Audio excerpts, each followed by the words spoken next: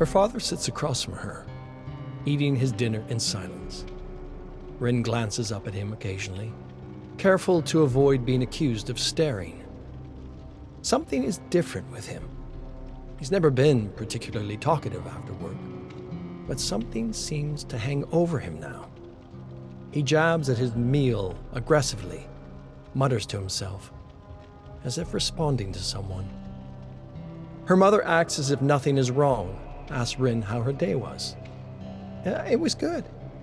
She moves a piece of meat from one side of her plate to the other. A lie, but the last thing her mother needs is another thing to worry about. She hasn't been herself lately either. She struggles to wake up, and Rin has heard her crying a few times. After eating, she clears her dishes and sits back down to complete her homework. "Have you practiced today?" His voice makes her wince. Each syllable is staccato sharp. I will after this." For a moment, his face contorts into one of rage, but he represses it almost immediately. "But see to it that you do."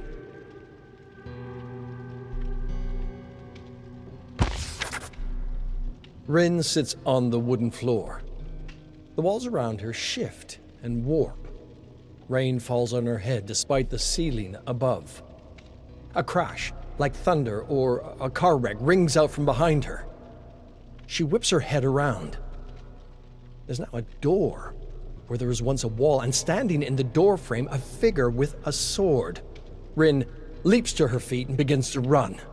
The ground turns from smooth wood to slick poured concrete, and every step takes all her focus to avoid slipping.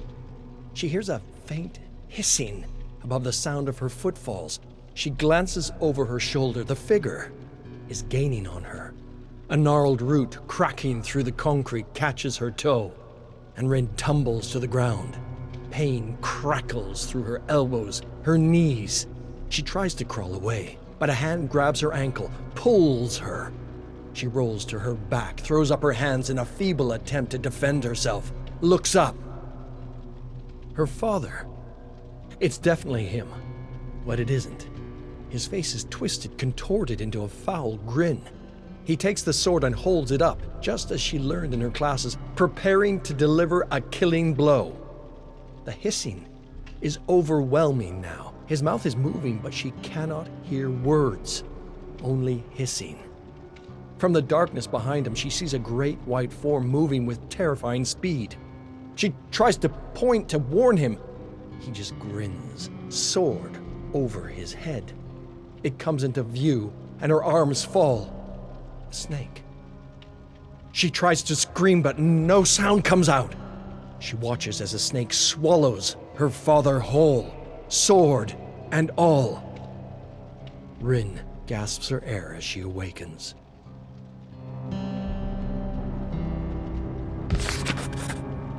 It's just a dream, Rin. Her mother's voice is weak, but reassuring. Rin sits on the floor beside her mother, who is laying in her bed. It didn't feel like a normal dream. Rin pulls her knees to her chin, hugs them.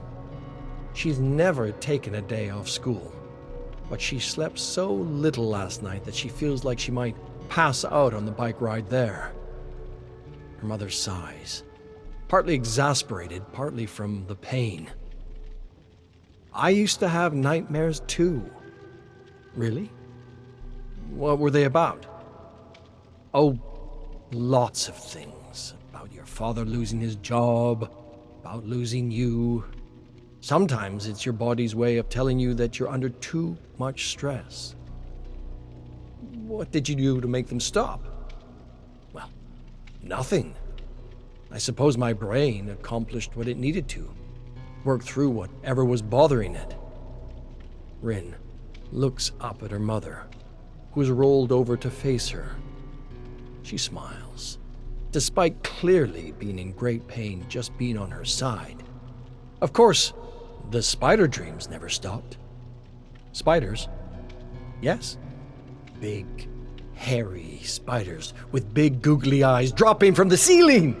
Her mother reaches out and grabs the top of Rin's hair, ruffles her hair with her fingers. Rin jerks away, giggling. Mom! Rin, I want you to do nothing today. No homework, no practice, just let yourself relax. I promise, this will pass. It says that rain can be a positive thing. Rin looks up from her lunch at Nanami. She has a book of dream interpretation propped up on her knee as she balances a bento box on the other leg. Like how spring rain means new beginnings. Chiaki laughs. I don't think getting chased with a sword means rebirth. What does your book say about swords? Nanami awkwardly flips through the book, nearly spilling her lunch on the floor. It doesn't really seem like it applies. Rin mutters at her friend quietly but forcefully. Go on. Read it. It means power, strength. But usually people dream about having the sword themselves. Chiaki laughs, points at Nanami with her chocolate bar. See, Rin? You just have to take the power. Next time you have the dream, try taking the power away. I can't change the dream. It's the same thing every time. The school bell rings, and Nanami shoots up from the hallway floor, pushes up her glasses. Come on, we're going to be late. Chiaki points her candy bar at Rin now, shaking it, crumbs sprinkling the hall floor. You think Rin cares about being late? She's one of the bad kids now.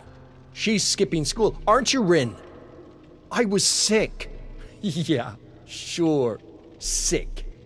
I hate Professor Morimoto. Come on, let's skip.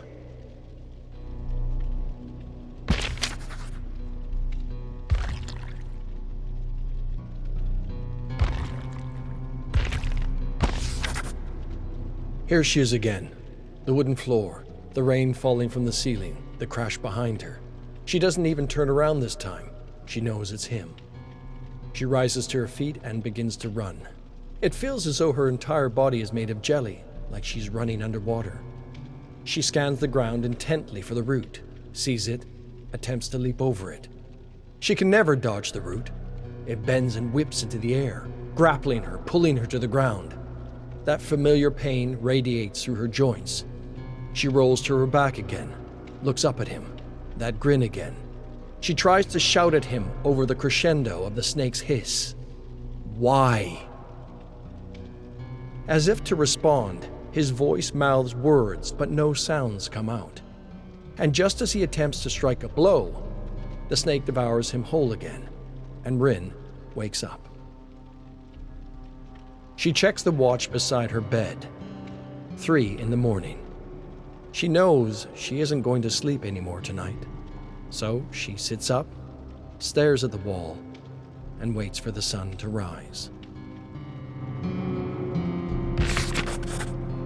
At her mother's insistence, she stayed home again today. But her mother is in no condition to keep her company.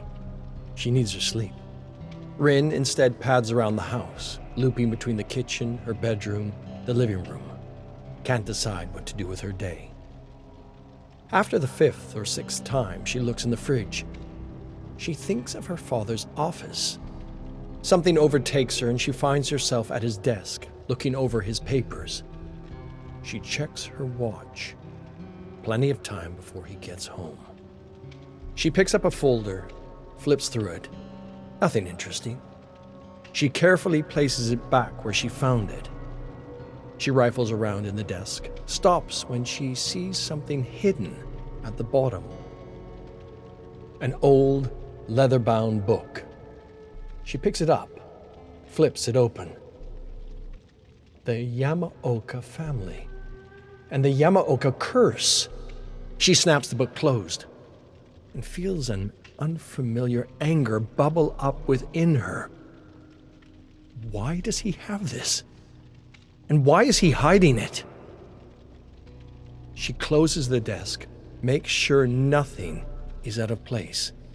walks towards the door and freezes. Her eyes rise up above the door. She'd never noticed it before, or perhaps it hadn't been there before. The sword from her dream.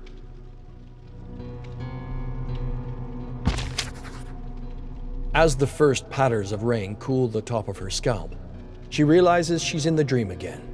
She pulls herself up and starts running again. The same dance, she runs and keeps running. The root should have tripped me by now. A different kind of fear creeps up on her. This is new territory. Despite the fear, there was at least something comforting about the predictability of it. As she runs, she sees a different figure in the distance. She slows her run as she gets closer. The figure is massive, hulking over her. She's never seen him before, but she recognizes him immediately. Rin Yamaoka. She gazes up at him, and hate washes over her. If he had just died, she wouldn't be here, stuck in this house, with these responsibilities, with this father. But she knows there's nothing she can do about it. Soon her father will come and try and kill her, and the snake will stop him. As she thinks this, Rin draws his sword, holds it out to her, gestures for her to take it, to use it to kill her own father. She hears her father's footsteps getting closer behind her. In a panic, she grabs for the blade, readies herself for his attack, turns around.